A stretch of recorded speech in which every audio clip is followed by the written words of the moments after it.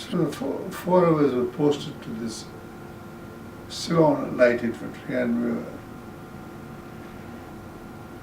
were, the companies were the echelon square, as I said. Then we lived, there was only one officer's mess that was next to the Army headquarters building at Lower Lake Road. One building, there were two buildings where the Shangri-La stands now. One was the Army headquarters, other was the officers' mess, and beneath the officers' mess was the armory, and that's all the few hundred rifles the army had were housed there. So the regiment had, I think I had 3 or 4 vehicles. So our life was to go from the officers' mess at 100 Lower Lake Road to go in the morning to Echelon Square. We had a van that would pick us up and bring us back for lunch and take us back to Echelon Square, and we came back in the evening. Army sports ground was just next door, and we had some recreational facilities there. Life was very simple, not very, but the training went on nevertheless actively, because there was a newness to the army and the keenness to do well. So we all tried to keep that momentum going. I must say a word about our commanding officer. I think General Vijayakoon is his name, and his father was Sir Gerard Vijayakoon, who was the president of the Senate at that time. And these 3 lieutenant colonels, Muthukumaru, Vijayakoon, and Derek Desaram, all 3 were Oxford graduates. All 3 were barristers at law. And we were fortunate to have General Vijayakoon. He's about the finest gentleman I have come across in my life. He's a very clean man, straight man, and very forthright man. Colonel Seran was different. He captained cricket for Sri Lanka, he played hockey for Sri Lanka, and he played tennis for Sri Lanka. That's General Vijayakoon, General Colonel Desaram, and we had Muthukumaru. He had different talents. He was a great writer, he was a singer, he was a very cultured man, and he was a very good chief of staff at that time. So those were the 3 officers I want to make mention of, and they were helped to form the army with the Earl of Caithness as army commander.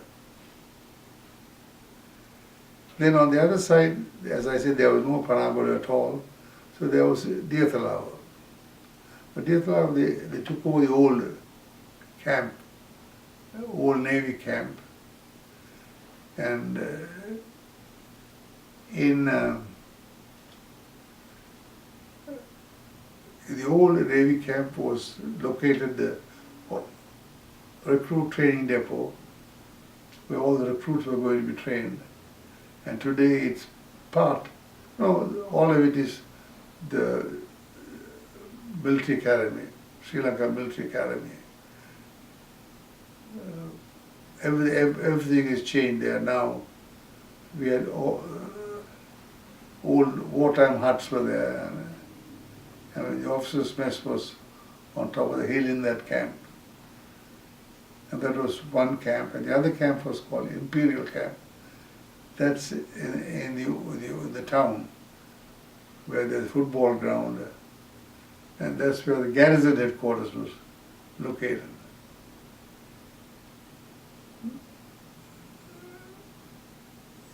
I was in the first year, no, not quite. We came back in 51, and we had by the time 2 other companies were formed in CLI, and subsequently 6 months later, the other officers went to the artillery return. Angi, Rodrigo, Ramanathan and Jayapudi went to the artillery, and they came back after 6 months course at Lark Hill. Then we had Dennis Pereira, who went to Chatham. He went to the engineers. He came back 6 months from Chatham. Laurie Fernando was with the signals, and he went to catering, and he came back also after 6 months. So they all came back and went back to their squadrons. That's all they had, just a squadron, and they started their life there. Still there was no, so I went, after a few years, 2 years I was posted to Diethelauer, and I spent a long time in Diethelauer thereafter.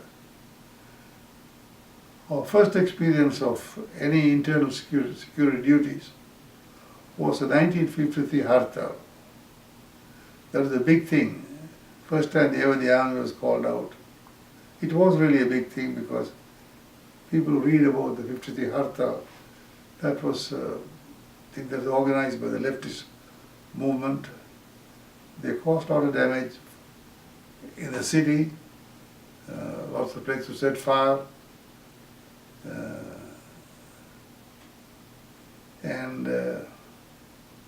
So that was quite an experience. Army was not quite prepared, but nevertheless handled it reasonably well.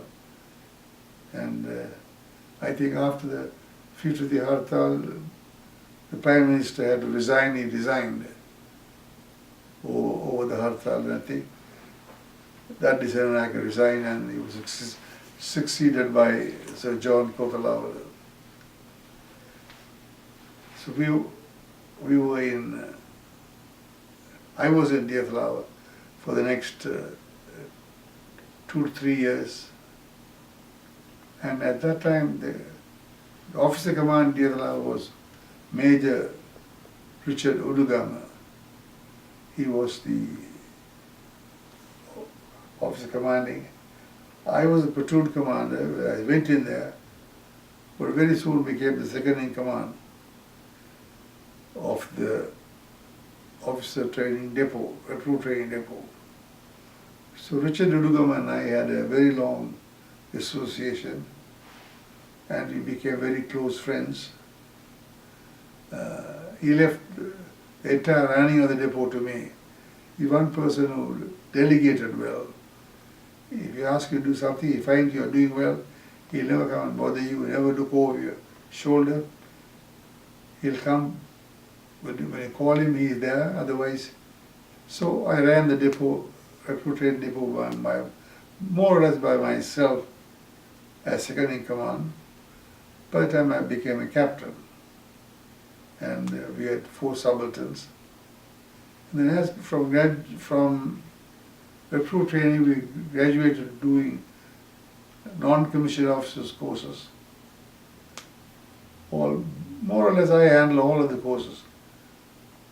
We learned as we went on from the military pamphlets that were available. Not much formal training, but we were able to do it well at that time. And we served the first 3-4 years the army. We trained a lot of volunteer officers, volunteer NCOs, regular army NCOs. So it was high of activity. The Udugama was OC training depot as well as the garrison commander. So that was life in Diethelauer. By the time they established another officers' mess at garrison headquarters in the town, so we had 2 officers' messes. One was in the recruit training depot, and the other was in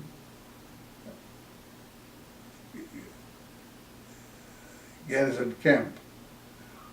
The entertainment we had there was every other day or twice a week we would go to Bandarura club. That I believe Dennis Pereira was there, and Veeratunga, and myself. Yeah, we would go to Deathlava in the evenings, once a week at least. And so we had very little social life. Deathlava was very small. We had few married officers by that time. They lived in their quarters and we would go there for dinner. And life was very simple but hectic, in the sense that we had to make good things we didn't have, and we had to do a lot with very little.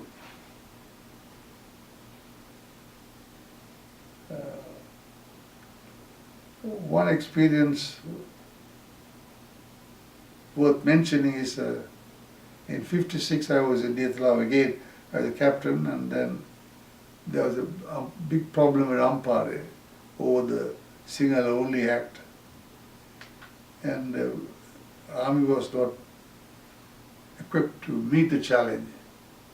So we had a call from Army headquarters, then Ludugama had a call from Army headquarters.